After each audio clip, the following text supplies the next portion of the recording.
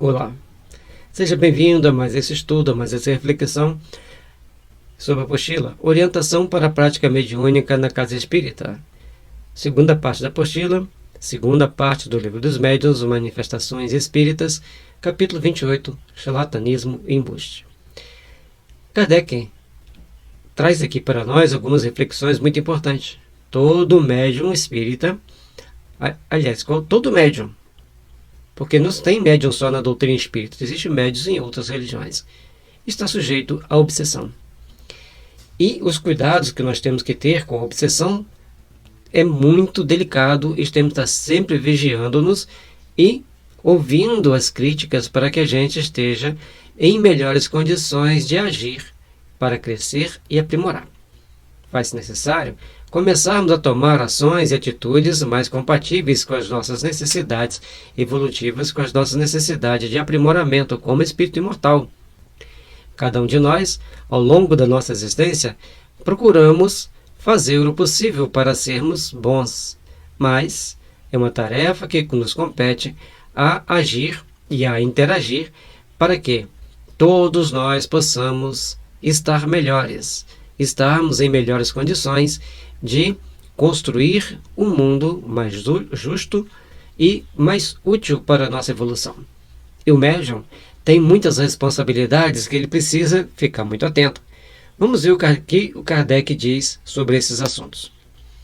Neste capítulo, Allan Kardec analisa dois assuntos: médiuns interesseiros e as fraudes espíritas.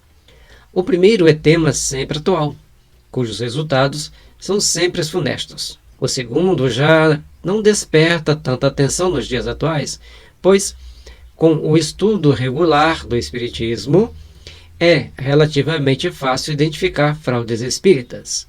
Mas todo cuidado é pouco, nós temos que ter muita atenção quanto a isso, porque às vezes a pessoa não tem nem a intenção de fraudar, mas, de acordo com um conjunto de circunstâncias, pode ocorrer a fraude. Ou pode ser acusado de fraude sem que tenha ocorrido fraude.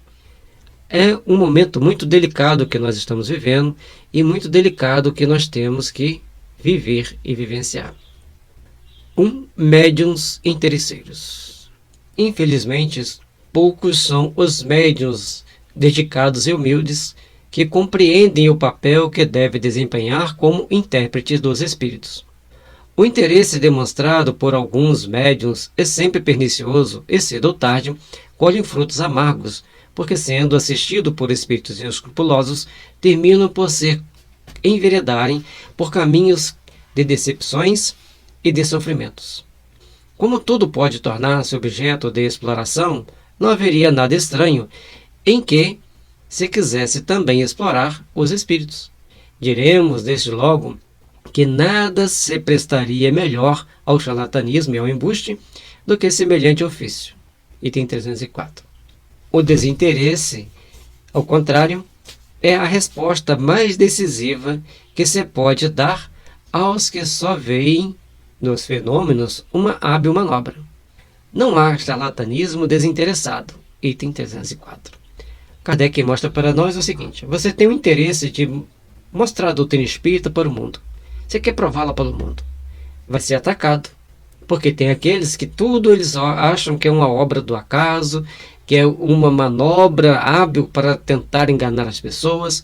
Ou seja, a partir do momento que você tem pessoas tentando criar um conjunto de situações para prejudicar a doutrina espírita, mesmo nas suas melhores intenções de querer se expor, você vai encontrar contratempos e pode se expor ao ridículo, como ele coloca ali, ou amargas situações vão deparar com você.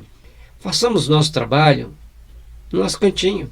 Façamos nosso trabalho de forma a não chamarmos muito atenção, ou façamos nosso trabalho procurando trabalhar e edificar as bênçãos de paz, de harmonia e de fraternidade que a doutrina espírita convida para nós. O médium interesseiro, o que deseja aparecer, ser notado, elogiado, reverenciado, ou que, de alguma forma, recebe contribuição pecuniária ou não, é algo extremamente desagradável que desperta desconfiança, ainda que haja com boa fé, isto é, sem malícia ou por ingenuidade. Acrescentaríamos, não por um interesse deliberado. Item 304 e 312. Cada médium tem o seu aspecto de trabalho. Cada médium tem uma forma de fazer o seu trabalho mediúnico. E o melhor deles é quando se faz desinteressadamente, sem buscar recursos materiais, sem buscar interesses que possam trazer para a pessoa aquelas pessoas mal intencionadas, dispostas a prejudicar o outro, dispostas a prejudicar quem quer que seja, na forma mais atabalhoada possível, criando situações desagradáveis para cada um. Mesmo nessa possibilidade, o resultado não é bom, e os bons espíritos não compactuariam com tal situação. Sabe-se da aversão dos espíritos superiores a tudo o que cheira a cobiça e a egoísmo, o pouco caso que fazem das coisas materiais, como estão a admitir que se prestam a ajudar quem queira traficar com a presença deles. E 305. Olha que interessante. Temos que prestar atenção em como estamos nos interagindo com os espíritos. Qual interesse nos move? Qual a forma de trabalho está nos conduzindo para aquela ação, para aquela atitude? Ponto. Por outro lado, temos que começar a ver aqui agora um outro aspecto da situação. Os espíritos superiores têm aversão a tudo que vai trazer para nós interesse material, ou tentar aparecer. Ah, mas o Chico apareceu na televisão, o Chico ficou famoso, mas ele não perdeu a humildade, não perdeu a simplicidade e passou por situação bem amarga de calúnias, difamações, até o caso dos dois repórteres que ganharam o livro, não leram a dedicatória e publicaram algo contra ele, que depois se arrependeram amargamente, mas já tinha saído, e alguns anos mais tarde eles foram se retratar, foram mostrar que aquilo era verdade. Ou seja, o Chico havia identificado-os. Era um médium, mas de tanta sabedoria, de tanto amor, que deixou tudo ser conduzido como eles queriam que fosse, e certamente aprenderam uma lição bastante amarga. Todos nós passamos por situações assim e precisamos ficar atentos para não cairmos nas armadilhas que o mal coloca para nós. Como, porém, os espíritos levianos, não menos escrupulosos e só procuram ocasião para se divertirem à nossa custa. Segue-se que, quando não se seja mistificado por um falso médium, tem-se toda a probabilidade de o ser por alguns de tais espíritos. Item 305. Cada situação remete-nos a uma compreensão dos fatos, cada situação remete-nos a uma condição de entendimento daquele fato, daquela situação, daquele momento que nós estamos vivenciando. É necessário, então, começarmos a ver como nós estamos agindo, como nós estamos interagindo, para melhor pautarmos as nossas ações, as nossas atitudes, diante daquilo que as situações são colocadas para nós, como elas são colocadas para nós. Observemo-nos, vigiemo-nos, para construir um mundo melhor em nossos corações. Mas, mesmo assim, não estamos isentos de sermos atacados por espíritos, que têm a possibilidade de nos magnetizar, de nos influenciar sobre as mais variadas formas, e de acordo com as nossas tendências, com os nossos melindres, com as nossas dúvidas e falhas, eles podem nos atingir de uma forma ferrenha. Kardec aqui traz uma importante observação sobre o que é um médium interesseiro. Vejamos, Kardec menciona igualmente, médium interesseiro não são apenas os que podem exigir uma retribuição fixa.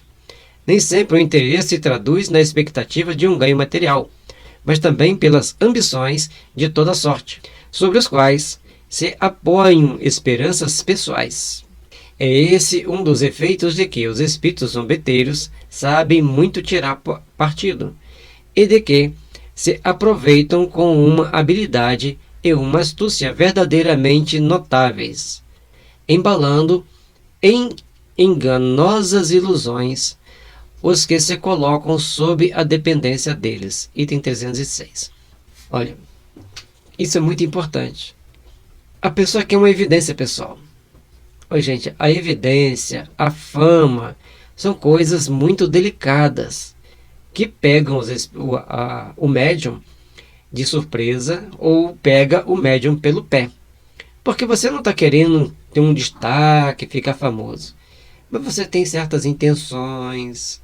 Ali eu posso conquistar a tua condição, eu posso ficar mais respeitado, eu posso ser mais bem visto, e assim vai sucessivamente. E os espíritos vêm trabalhando passo a passo para pegar a pessoa.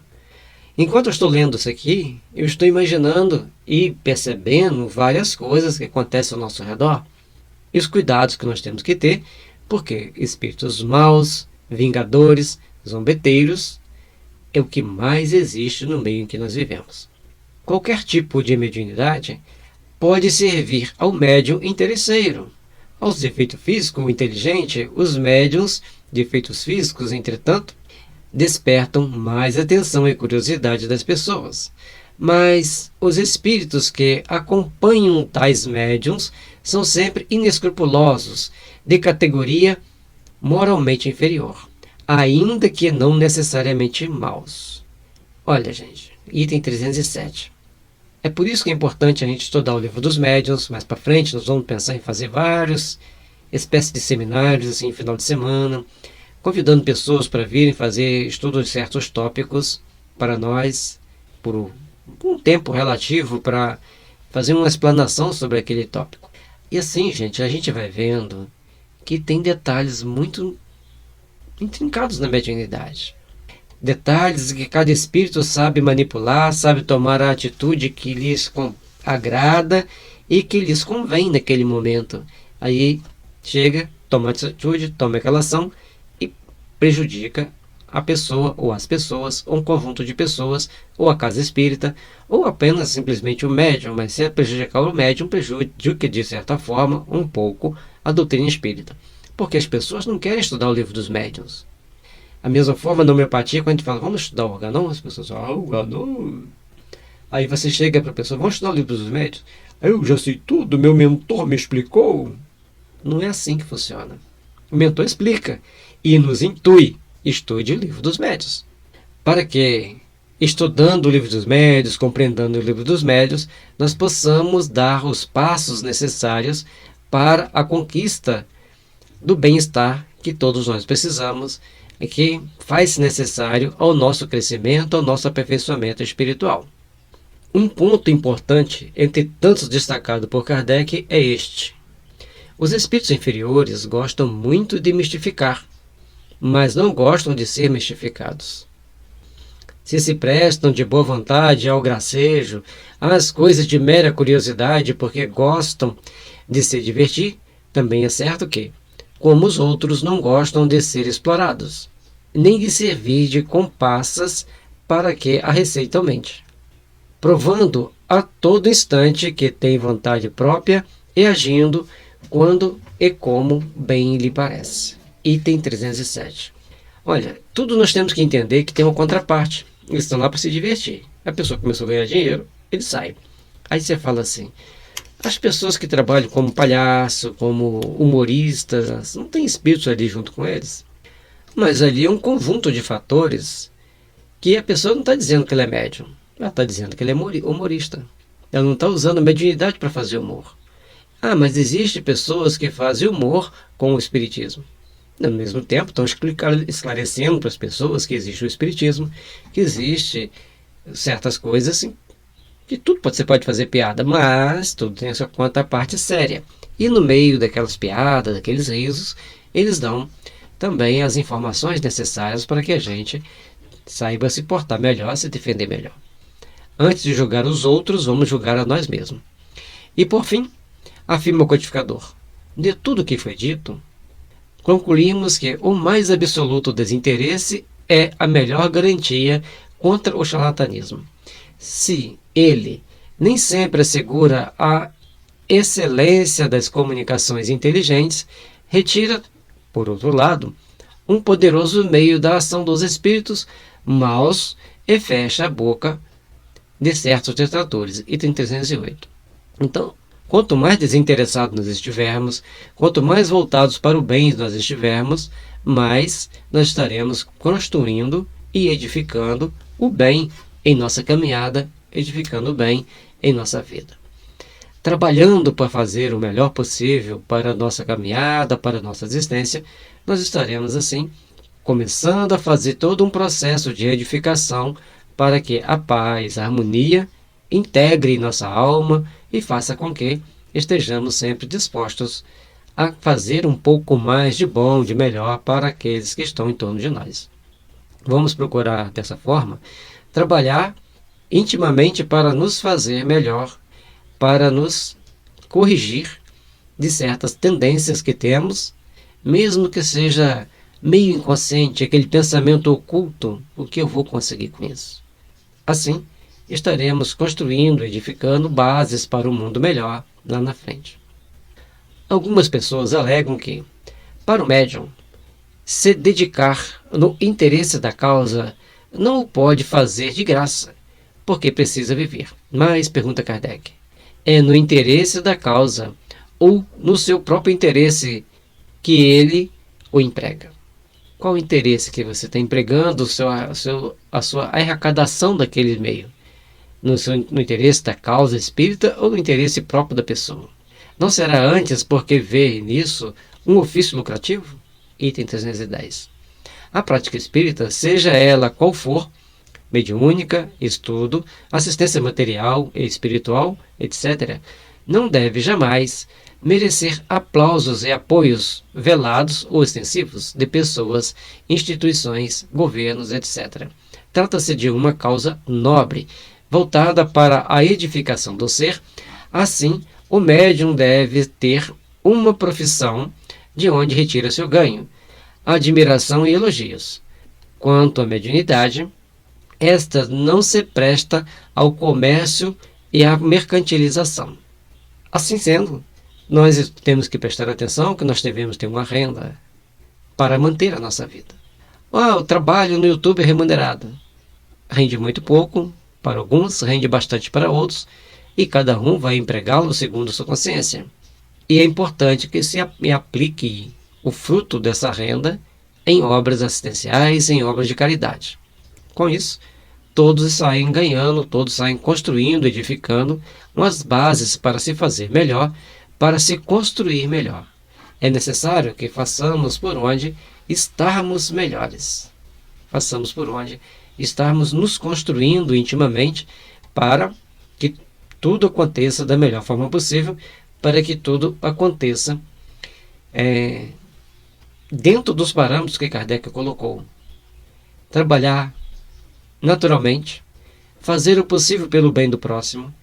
Aí quando ele fala que jamais merecer aplausos e apoios velados ou ostensivos de pessoas, instituições e governos.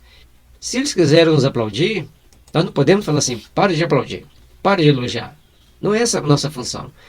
É saber falar muito obrigado e pronto. Não é falar, eu não mereço isso. Também, se você falar isso para um europeu, ele vai ficar muito chateado com você. Então, muito obrigado e mantenha a sua serenidade, mantenha o seu ponto de centralização. Nada de, que me elogiou, que bom, que isso aqui. O governo quer fazer um convênio para te ajudar na sua obra, que ela é muito importante. Observe todas as entrelinhas do contrato, peça alguém mais esclarecido do que você na área de direito, de contabilidade, para ver aquelas entrelinhas. Haja com todo o discernimento possível para que você, ao fazer seu trabalho, não deixe brechas para que outras coisas aconteçam. E tenha cuidado. 2. Fraudes espíritas. As manifestações dos espíritos, quando não bem compreendidas, costumam provocar 2 efeitos contrários: aceitação ou rejeição sem análise. A pessoa não compreendeu, não entendeu como se deu aquele processo, não conhece toda a filosofia, por isso a importância de estudar a filosofia espírita. Ou a pessoa aceita com deslumbre ou rejeita com furor. Ambas são perniciosas e as rejeições são, em geral, consideradas fraudes. Nesse sentido, Kardec lembra as críticas que os médiuns sofreram no passado, citando o notável médium escocês Daniel Douglas Home. que viveu entre 1833 e 1886, que, por intermediar relevantes fenômenos mediúnicos de efeitos físicos, foi tripudiado pela sociedade da época, considerado charlatão, item 314.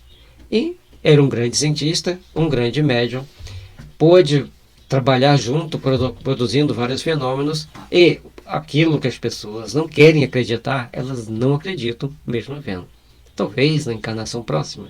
E muitos outros, hoje, médiuns, trabalhadores espíritas, sujeitos a várias perseguições, certamente foram daqueles que lá atrás criticaram os outros ferrenhamente por não querer acreditar. Mas Deus não pune, Deus educa. Lá você criticou, aqui você tenta provar, tenta fazer sua parte, tenta melhorar-se e acreditar naquilo que você negava. A mediunidade de efeitos físicos é a que mais se presta às fraudes, simplesmente porque podem ser imitadas. São capazes de atrair multidões pelo efeito que produzem. Item 315. O efeito físico vai levar curiosos de todos os jeitos para assistir, mas vai ser contestada. E o médium pode ser execrado, pode ser atacado de todas as formas.